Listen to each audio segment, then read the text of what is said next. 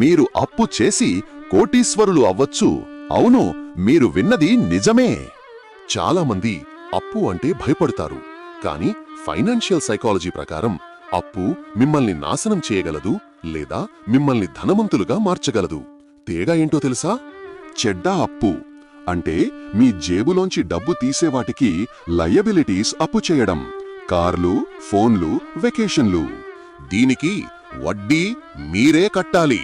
మీరు పేదవాళ్లుగా మారుతారు, బ్యాంక్ ధనవంతమవుతుంది. కానీ మంచి అప్పు మీ జేబులో డబ్బు వేసే ఆస్తుల కోసం చేస్తారు. ఆ అప్పును వేరే వాళ్ళు, కస్టమర్స్, టెనెంట్స్ తీరుస్తారు. అందుకే అప్పు చెయ్యండి, కానీ ఆస్తుల కోసం మాత్రమే.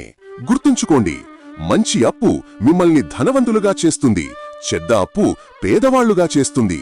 మీకున్నది మంచి అప్పా లేక చెడ్డ అప్పా? కింద కామెంట్ చేయండి. మీ ఫైనాన్షియల్ సైకాలజీని మార్చుకోవడానికి చుక్కానిని ఫాలో అవ్వండి.